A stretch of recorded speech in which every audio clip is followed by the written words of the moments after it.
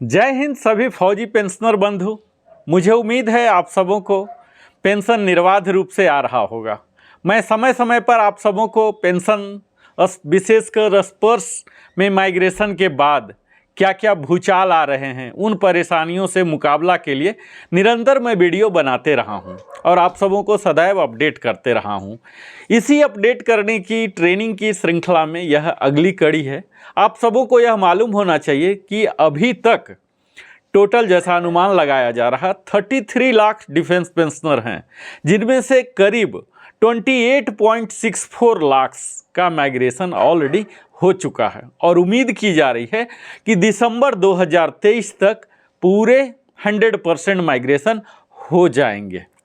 तो इसमें निश्चित है, अगर आप डिफेंस पेंशनर हैं और आप तक यह वीडियो पहुंचा है तो आपका उम्मीद कर रहा हूं कि 90 to 95% का माइग्रेट हो चुका, तो आपका भी माइग्रेशन हो चुका होगा और कुछ न कुछ आपको भी असुविधा सामना करना पड़ा होगा। उन्हीं असुविधाओं का ख्याल करके मैं इस वीडियो के द्वारा प्रयास करूंगा कि आपकी असुविधा का समाधान मैं इस वीडियो में दे सकूं और मुझे उम्मीद है इस वीडियो को आप पूरा देखेंगे और अपने लिए सुविधा जरूर पाएंगे, समाधान जरूर पाएंगे। आपको मैं यह सूचित कर दूं कि अभी तक माइग्रेशन जैसा कि मैंने बताया 28.64 लाख का हो चुका है, जिसमें से 21 लाख आर्मी के बंधु हैं, 5 लाख डिफेंस सिविलियन हैं और 1.82 लाख भारतीय वायुसेना के हैं और नेवी के लगभग 89 लाख हैं।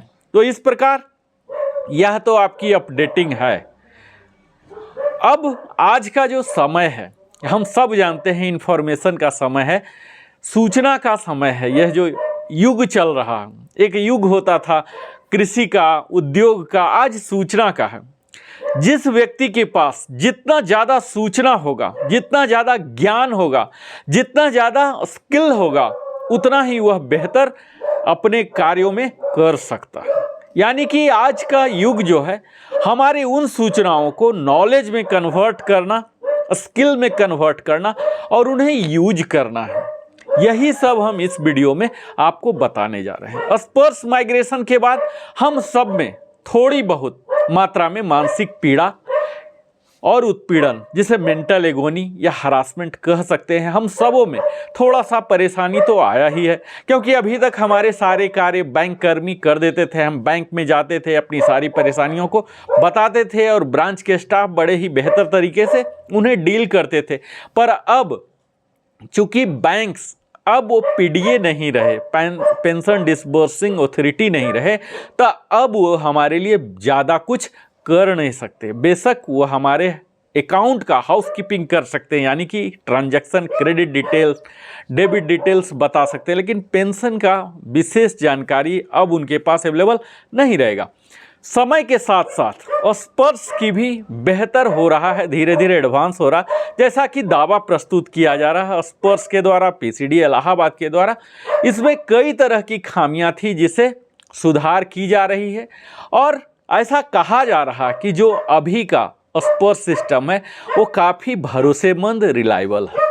लेकिन इसके बावजूद भी काफ़ी संख्या में हमारे भूतपूर्व सैनिक को परेशानी का सामना हो रहा है, क्योंकि उनकी जो आस्था है अभी भी पीसीडीए पर है, डीपीडीए पर है, स्पोर्ट्स टीम पर है और टेक्नोलॉजी जैसे जैसे एडवांस हो रही है, उनके पेंशन क्रेडिट होना धीरे धीरे सरल हो रहा है।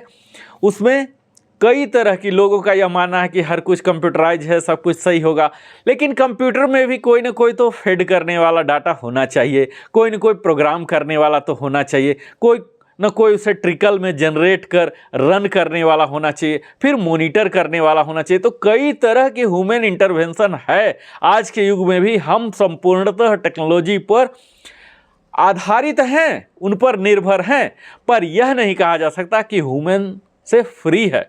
और जैसे ह्यूमन की बात आती है, कुछ न कुछ एरर भी संभव है। समय के साथ साथ धीरे धीरे ये हो जाएगा। तो यह भी कई लोगों का मांग है कि फाइनेंशियल मैटर को थोड़ा बेहतर तरीके से लिया जाए, ताकि कोई भी पेंशनर इसकी चपेट में न आ जाए। क्योंकि धीरे धीरे जिस रफ्तार से जो माइग्रेशन हो रहा है उतना ही रफ्तार से लोगों की परेशानियां भी बढ़ रही है। कई लोग जो प्री 2016 रिटायरी हैं उनके लिए कई फीचर्स डिसेबल्ड हैं, पीडीबी नहीं कर पा रहे हैं। कई लोगों की जो प्रोफाइल ऑप्शंस हैं वो अवेलेबल नहीं हैं। उनकी पीपीओ कॉपी जो कि पुराने वाले होते थे वो इनएलिजिबल अब पढ़ नहीं पा रहे हैं, उनके लिए नया स्पोर्ट्स पीपीओ जनरेट नहीं हो पा रहा है। तो इस तरह से कई तरह की परेशानी है जिसमें कि पीपीओ नया जनरेट करना चाहिए सभी सैनिकों को। और जब ऐसा कहा जा रहा है कि यह बैंक से लिया गया है तो क्यों नहीं बैंक को कुछ पेमेंट देकर ही पूरी जानकारी क्यों नहीं ली गई, जैसे कि आधार नंबर, मोबाइल नंबर, इस तरह से वो सब जानकारी इन्होंने दिया नहीं होगा। जब रिकॉर्ड से बैंक में गया था पेंशन स्टार्ट करने के लिए तो उस टाइम आधार कंसेप्ट नहीं था, मोबाइल नंबर नहीं था, पैन नंबर नहीं था, लेकिन बैंक ने अपने रिसोर्सेस को यूज कर ये सब प्रोक्योर किया कस्टमर से, पेंशनर से। तो अब जब माइग्रेशन हो रहा तो with Aadhaar, with mobile, with pan, everything जो कि वहाँ वेरीफाइड थे, वैलिडेटेड थे, इसके साथ लेने थे तो नहीं लिए गए या नहीं दिए गए, जो भी आप समझ लीजिए, चाहे इसके पीछे जो भी कारण हो। पर इस कारण के वजह से हमारे पेंशनर बंधुओं में खिन्नता हो रही है, परेशानी भी हो रही है। और इन्हीं सब परेशानियों को दूर करने के लिए मैं Narendra Kumar, wellness consultant, entrepreneur trainer, आप सबों के साथ सदैव जुड़ा रहता हूं और निरंतर ट्रेनिंग का सेशन चलाते रहता हूं, जिससे हमारे वयोवृद्ध भूतपूर्व सैनिक, विशेषकर वीर नारियां जिन्हें जितनी जानकारी नहीं है आज डिजिटल टेक्नोलॉजी की, मोबाइल की, कंप्यूटर की, उन तक भी पहुंच सके, मैं सरल से सरल भाषा में पहुंचाने का प्रयास करता हूं। और आप सबों से आग्रह करता हूं, अगर आप हमारे चैनल में पहली बार आए हैं तो आप अवश्य ही सब्सक्राइब करें। सब्सक्राइब करने से न कि हमारा मनोबल बढ़ता है, हम बड़े से बड़े टीम, एक सक्षम टीम को लगा सकते हैं, बेहतर एडिटिंग कर एक अधिकृत सूचना, ऑथेंटिकेटेड सूचना आप तक प्रस्तुत कर सकते हैं। और आप लाइक तो अवश्य ही करें, जो कि हमें और भी आनंदित करेगा, ताकि हम बेहतर से बेहतर वीडियो बनाएं, अपने साथी संबंधियों के साथ साझा भी करें ताकि वो भी इससे लाभान्वित हों।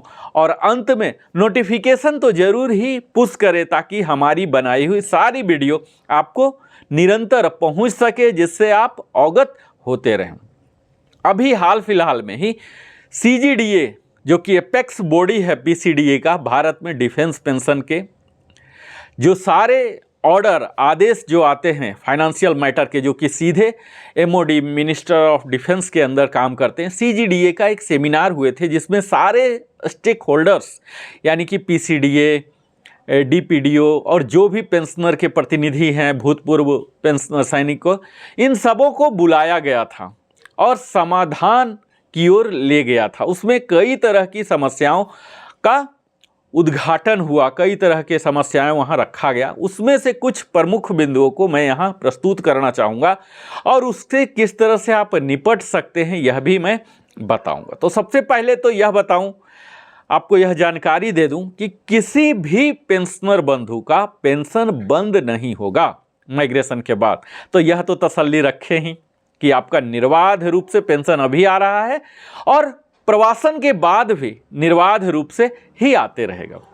ऐसी एक बात चली है, कितना ऑथेंटिकेटेड है यह आगे आने वाली समय ही बताएगी। एक स्मार्ट कार्ड की योजना है जो कि हर डिफेंस पेंशनर को दिया जाएगा, जिसमें सारे डिटेल्स होंगे, जिसमें PPO होंगे, उसके सारे ECHS के रिकॉर्ड, CSD जो हमारे पास अभी कैंटीन जाने के लिए कार्ड होते हैं, ये तमाम और कई तरह की जो सुविधाएं मिलती हैं एयरलाइंस में, ट्रेन में या कहीं भी कोई सब्सिडी लेने के लिए, इन सब के लिए वो जो अभी हम एक सर्विसमैन कार्ड लगाते हैं, ECHS कार्ड, CSD कार्ड लगाते हैं, इन सब को मर्ज करके एक पेंशनर ID कार्ड के रूप में, जो स्पोर्ट्स ID कार्ड के रूप में भी होगा, ऐसी बात चल रही है। देखते हैं कि कब यह आता है। यहाँ आपको यह बता दूं कि कई तरह की डिफ़िकल्टी आ रही थी शुरू में स्पोर्ट्स पेंशनर में, माइग्रेशन के बाद उसे कई हटाए गए हैं और कुछ अभी हटाने बाकी हैं। और यह सब पेंशन माइग्रेशन के कारण ही हो रहे हैं और कुछ को दूर करने में समय लगेंगे। जैसे अभी यूजर आईडी पासवर्ड 15 दिन के बाद आते हैं, एसएमएस तो आ जा रहे हैं बैंक से कि आपका माइग्रेट हो गया है, लेकिन यूजर आईडी पासवर्ड आने में समय लग रहे हैं। और फिर जब वो यूजर आईडी पासवर्ड लेके जा रहे हैं लॉगिन करने के लिए तो लॉगिन नहीं हो रहे हैं, ओटीपी नहीं आ रहे हैं, ओटीपी आ रहे हैं तो फिर अंडरटेकिंग और डिक्लेरेशन के लिए उनका मेनू सपोर्ट नहीं हो रहा है। तो कई पेंशनर जो नए नए हैं बहुत ही परेशान हो जाते हैं, व्यग्र हो जाते हैं। तो उनसे मेरा यही आग्रह होगा कि आपकी पेंशन निर्बाध रूप से आते रहेगी। आप बेशक सप्ताह के बेसिस पे, वीकली बेसिस में ही लॉगिन करके प्रयास करें। जिनका अभी यूजर आईडी पासवर्ड नहीं आया है लेकिन बैंक से एसएमएस आ गया कि आपका माइग्रेट हो चुका, वो सीधा स्पर्श, जैसे आप स्पर्श में करेंगे एक पॉपअप आता है, वहाँ से ही आप पता कर सकते हैं। अभी कुछ समस्या चल रही है, पीसीडी इलाहाबाद का जो मेन वेबसाइट है वो नहीं चल रहा, जहाँ कि हम कर लिया करते थे माइग्रेशन स्टेटस। तो अब स्पर्श में ही पहला जो चाइल्ड विंडो खुलता है, पॉपअप होता है, उसी को क्लिक करके आप पता कर सकते हैं कि आपका माइग्रेशन हुआ या नहीं। अगर माइग्रेशन हुआ तो वहाँ पीपीओ नंबर भी दिखने लगेगा, जो दिखने में हो सकते हैं कि 2 से 3 सप्ताह भी लग सकते हैं। अब ऐसा दावा प्रस्तुत किया जा रहा कि पहले बहुत देर हो जाता था पीपीओ इशू के बाद बैंक से पेंशन मिलने में, अब वो अगले महीने से ही संभव है, जो कि नए पेंशनर इस अनुभव को अपने साथ साझा कर सकते हैं कि कितना जल्दी मिल रहा है। यहाँ यह बात भी उभर कर आई इस सेमिनार में कि पीपीओ जो कि 1960 से पहले जो रिटायर हुए हैं और अगर अभी भी वो जीवित है तो उनके पीपीओ पढ़ने लायक रहा नहीं, इनएलिजिबल है। और ऐसे पेंशनर के लिए जो सुपर सिटीजन बन चुके हैं अभी बड़ा ही मुश्किल हो रहा है उनको लाइफ सर्टिफिकेट जमा करने में, क्योंकि स्पर्श से वो इतना फेमिलियर नहीं है, बैंक सपोर्ट नहीं कर पा रही है, कई जगह सीएससी जानते नहीं हैं। 1 लाख गोरखा पेंशनर हैं जिनका कि अभी तक माइग्रेट नहीं हुआ है। कई लोगों का आधार कार्ड, पैन, मोबाइल नंबर वगैरह बैंक में ही अपडेटेड नहीं था या नहीं आया, तो इसलिए भी यहाँ परेशानी हो रही है। और कई लोगों का कम्यूटेशन का बैंक कुछ दे रही थी, कुछ डेट स्टॉप रीस्टोरेशन डेट था, अब कुछ दिखाया जा रहा, तो इस तरह से परेशानी आ रही है। यह भी सामने आया है कि बैंक के द्वारा या ट्रेजरी के द्वारा या डीपीडी के द्वारा, पोस्ट ऑफिस के द्वारा सही अमाउंट ऑफ पेंशन नहीं दिया जा रहा था, ऐसा स्पर्श का क्लेम है। वो उन्हें पता लगा है, अब जैसे जैसे वो पे कर रहे हैं डिफरेंस हो रहा है ऑडिट के दौरान।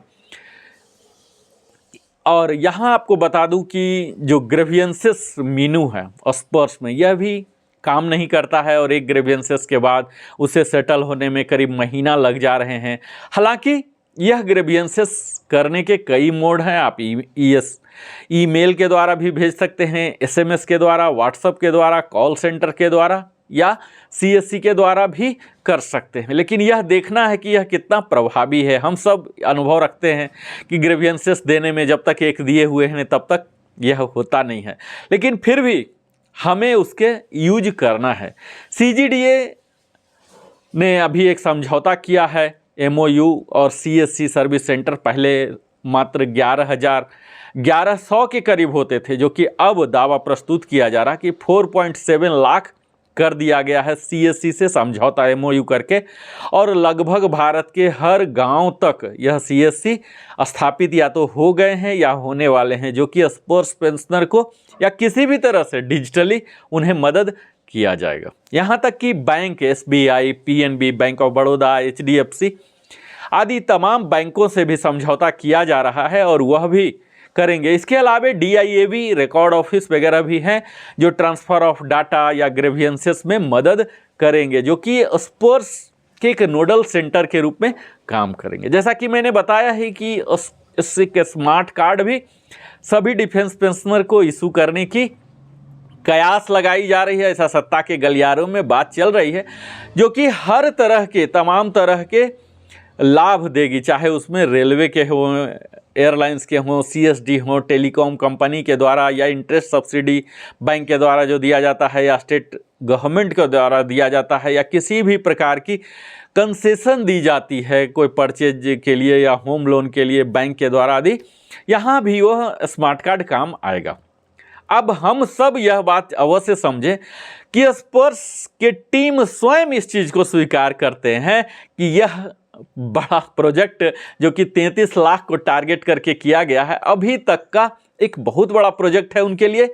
और यह उनके लिए स्वयं जो टीसीएस निर्माता हैं इस स्पर्स के टेक्नोलॉजी के लिए, वो स्वयं इसे मानते हैं कि यह एक लर्निंग प्रोसेस है, न कि स्पर्स टीम टीसीएस के लिए, बल्कि डिफेंस अकाउंट डिपार्टमेंट में जो काम करने वाले स्टाफ जो अभी तक लाइव फाइल में काम करते थे, मैनुअल करते थे, स्टैंड एलोन कंप्यूटर पर काम करते थे, अब उन्हें ऑनलाइन काम करना है। तो ये सॉफ्टवेयर को फ्रेंडली बनने में, होने में, यूजर फ्रेंडली को, स्टाफ को भी परेशानी हो रही है और हम आप पेंशनर को तो हो ही रहा है। हालांकि स्पर्स टीम का यह दावा है कि वो निरंतर इसे अपग्रेड कर रहे हैं और यह अपग्रेड करने के लिए वह इनपुट इस्तेमाल कर रहे हैं। हम जैसे चैनल के जो कमेंट आते हैं उसे भी एआई के द्वारा रीड किया जाता है, एनालाइज किया जाता है और इस पर आधारित उन्हें अपग्रेड करते रहते हैं। और तब जाके इन सोशल मीडिया के कमेंट्स, यूट्यूब चैनल्स या एक सर्विसमैन कई एसोसिएशन है, ये सब जो ग्रीवेंसेस दे रही हैं, इन सब को एनालाइज करके स्पर्स टीम को बेहतर बनाया जा रहा है निरंतर। पिछले वर्ष यानी कि 2022 में जो लाइफ सर्टिफिकेट जमा किया गया था जीवन प्रमाण के द्वारा, आपको जानकर बड़ी खुशी होगी कि आप इस वर्ष भी 2023 में भी जीवन प्रमाण ऐप डाउनलोड कर आप कर सकते हैं। पिछले साल की डाटा जो बताया जा रहा है, 7.5 लाख जीवन प्रमाण के द्वारा लाइफ सर्टिफिकेट सबमिट किया। डीएलसी करीब 71,000 ने किया। एमएलसी बहुत ही थोड़ा सा एग्जॉस्टिव है, लेकिन 40,000 फिर भी उन्होंने किया। पिछली बार भी डेट ऑफ सबमिशन जो लाइफ सर्टिफिकेट था बढ़ाया गया है, था 3 महीने तक धीरे धीरे करके। इस बार देखिए बढ़ाया जाता है कि नहीं, पर मुझे उम्मीद है अगर आप हमारे चैनल से जुड़े रहेंगे तो निश्चित है आप नवंबर माह में ही जमा कर देंगे। मेरा आगे का वीडियो आते रहेगा, अभी भी उपलब्ध है। लिविंग हैप्पीली स्पर्स आप टाइप करें, वहाँ 100 से भी ज़्यादा अलग अलग विषय वस्तुओं पर उपलब्ध है। और मैं फिर से अलग तरीके से और बेहतर फीचर्स देके अपने वीडियो में मैं लाइफ सर्टिफिकेट के लिए भी बनाने वाला हूँ। ऐसा डाटा आया है कि करीब 17.3 लाख का आधार कार्ड वहाँ सबमिट हो भी गया है, अपडेट हो चुका है। पैन कार्ड भी करीब 13 लाख के करीब हो गए हैं। मोबाइल नंबर भी करीब 19 लाख का अपडेट हो चुका। तो धीरे धीरे अपडेटेड स्पर्स का डाटा बैंक भी स्ट्रॉन्ग हो रहा है और यह धीरे धीरे कलेक्ट होते रहेगा जब तक कि कंप्लीट 33 लाख जो हमारे डिफेंस पेंशनर है उन सब का न आ जाए। अब यहाँ अपडेटिंग जो मोबाइल नंबर है, ईमेल एड्रेस है, पोस्टल एड्रेस है, ये सब के लिए हमारे स्पर्स पोर्टल में भी प्रोविज़न दिया गया है जो कि पेंशनर के खुद कर सकते हैं। और यहाँ यह भी पाया गया कि करीब 2.5 लाख पेंशनर हैं जिनके कि आधार कार्ड नंबर है ही नहीं, बनवाए नहीं अभी तक, तो ऐसा होगा नहीं, लेकिन उन्होंने बैंक में अपडेट नहीं किया होगा और बैंक से ही डाटा लिया गया है, तो यहाँ भी नहीं है। तो मैं यही उम्मीद करूँगा कि अगर स्पर्स में थोड़ा भी फैमिलियर हो गए हैं तो वहाँ अपना आधार अपडेट कर लें, पैन अपडेट कर लें, मोबाइल, ईमेल, ताकि उनको निरंतर अपडेट होते रहे और जो भी फीचर्स है, क्योंकि जब तक आप वहाँ आधार अपडेट करेंगे नहीं तो जीवन प्रमाण से कनेक्शन नहीं होगा। आपको डीएलसी, एमएलसी में भी असुविधा हो सकता है। जब आपका माइग्रेशन हो रहा है तो वहाँ तो आपको एसएमएस आता ही है।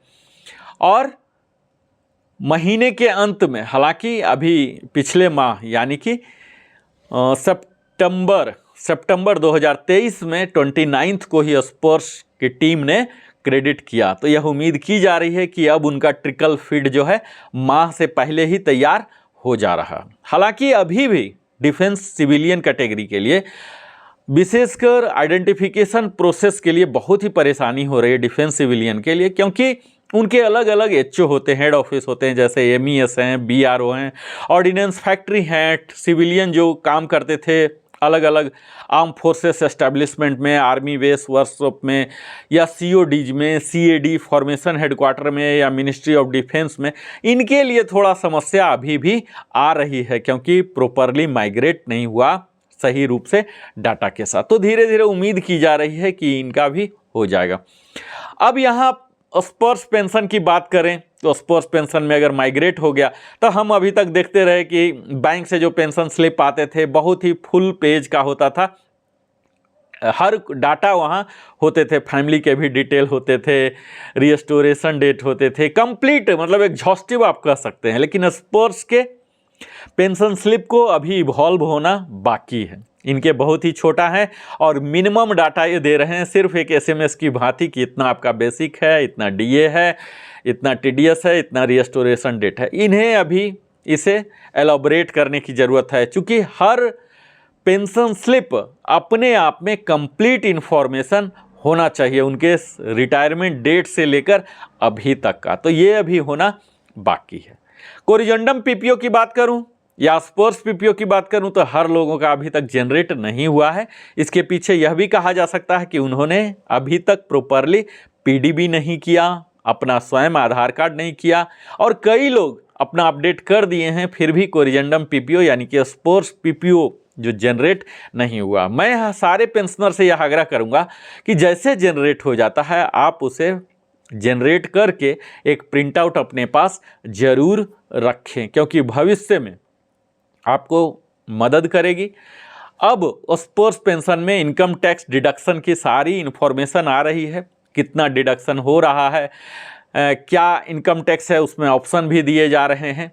और एनआरआई के लिए जो कि विदेश में अपने बच्चों के साथ बस गए हैं, उनके लिए भी लाइफ सर्टिफिकेट जमा करना अब बड़ा ही आसान। हमारे वीडियो में कई मित्र बात करते हैं कि जीवन प्रमाण तो काम करता नहीं है विदेश में, क्योंकि इंडियन ज्योग्राफिकल एरिया में ही ये काम करता है जीवन प्रमाण साइट। उनके लिए अब आसान हो गया है, वो एम्बेसी या high commissioner consulate through email भी अपना लाइफ सर्टिफिकेट जमा कर सकते हैं, जो कि इंडिया के नोडल ऑफिसर हैं पीसीडीए के, वो वहाँ से फेच करेंगे और आपके सिस्टम में भी अपडेट कर देंगे। इसके साथ ही डेडिकेटेड यूट्यूब चैनल हमारा है और भी कई यूट्यूब चैनल हैं जो कि आपको जानकारी देते हैं। आप अवगत रहिए, देखिए, सीखिए और उसमें कमेंट भी कीजिए। आपको अपनी समस्या को ज़रूर प्रोजेक्ट करें। मुझे तो मैं समय निकालता हूँ, प्रयास करता हूँ कि सब लोगों का उनके सवाल का जवाब बेशक संक्षेप में ही मैं देने का प्रयास कर रहा हूँ। इन तमाम चीज़ों के प्रयासों के बाद स्पोर्ट्स टीम तो निरंतर प्रयास कर ही रही है,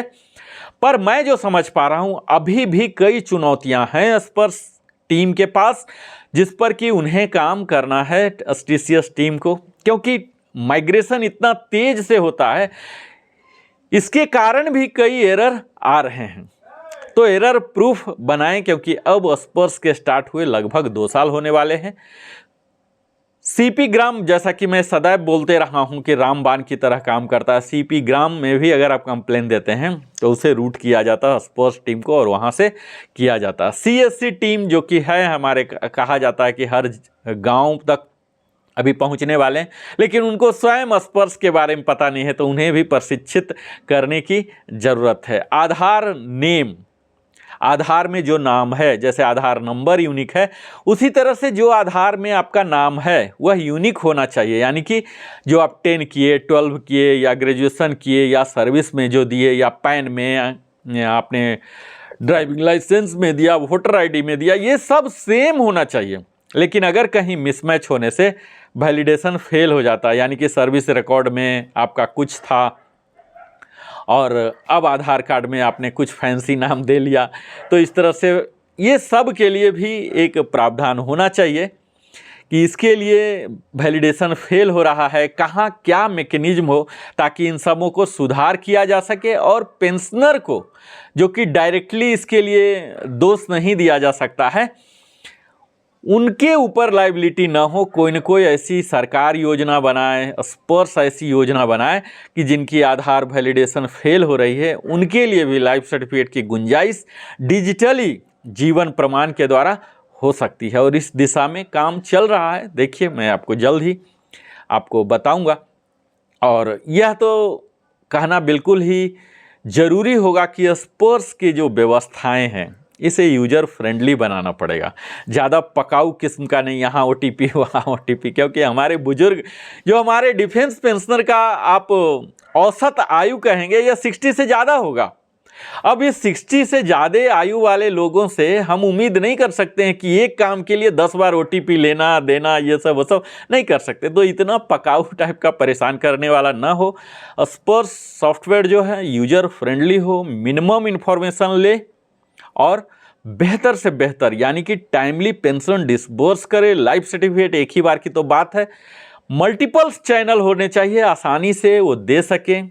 बेशक किसी भी बैंक में, किसी भी बैंक के किसी भी शाखा में हर डिफेंस पेंशनर को यह सुविधा प्रदान करनी चाहिए। बेशक स्पर्श टीम को इसके लिए 25 रुपये 50 रुपये या जो भी देना पड़े बैंक को वो दें, लेकिन इस तरह से MOU होना चाहिए कि एक डिफेंस पेंशनर किसी भी बैंक के किसी भी शाखा में अगर लाइफ सर्टिफिकेट जमा करता है तो यह स्पर्श में विदिन 24 आवर्स हो जानी चाहिए, तभी लाइफ सर्टिफिकेट के झंझट से निजात पा सकते हैं। और इसके लिए जहां की अभी तक PCDA प्रयागराज MOD बैंक्स को इतने अमाउंट हर मंथ डिफेंस पेंशन डिसबर्स के लिए कमीशन जब दे रही थी, तो साल में एक बार लाइफ सर्टिफिकेट के लिए तो दे ही सकती है। इस तरह से API कहीं भी अक्रॉस द बैंक जारी कर सकती है ताकि कोई भी पेंशनर अपने गांव के निकटतम ब्रांच में जाएं और लाइफ सर्टिफिकेट जमा करें। इसके लिए क्या है जी, हर बैंक में बायोमेट्रिक स्कैनर होते हैं, फिंगर स्कैनर होते हैं, आधार है, वहां जाके कर ले। बेशक बैंक इंटरेस्ट नहीं लेती है क्योंकि उन्हें कमीशन नहीं मिलता, वो समय क्यों देंगे। जब उन्हें कमीशन मिलने लग जाएगा तो वो भी इंटरेस्ट लेंगे और पेंशनर की मदद होगी। एक छोटी सी खर्च के बाद स्पर्श टीम कई पेंशनर को जो अभी मेंटल एगोनी से गुजरते हैं, लाइफ सर्टिफिकेट यहाँ जमा करें वहाँ जमा करें, ये सब के झंझट से दूर कर सकते हैं। इन्हीं सब सुझाव स्पर्श के लिए भी और हम सब युवा जो हैं उन पर भी थोड़ा सा दायित्व है। अपने बुजुर्ग साथियों पेंशनर को मदद करें, बताएं, सही चीज़ बताएं। अगर उनके पास मोबाइल है, जीवन प्रमाण उन्होंने डाउनलोड कर लिया है जो कि बड़ा ही सरलतम है, अपने साथी मित्रों को भी कर दें।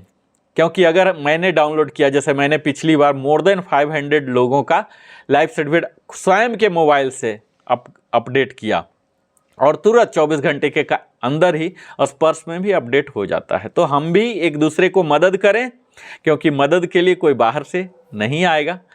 इन्हीं ढेर सारी शुभकामनाओं के साथ कि आपका पेंशन निरंतर आते रहे, आप सदैव खुश रहें, हमारे साथ जुड़े रहें।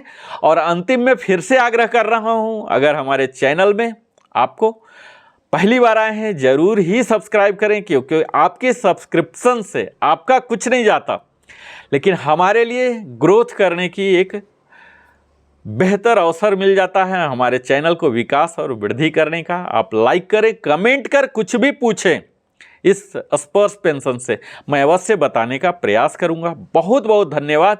फिर से धन्यवाद करता हूं आप सभी फौजी बंधियों को। भारत माता की जय। वंदे मातरम।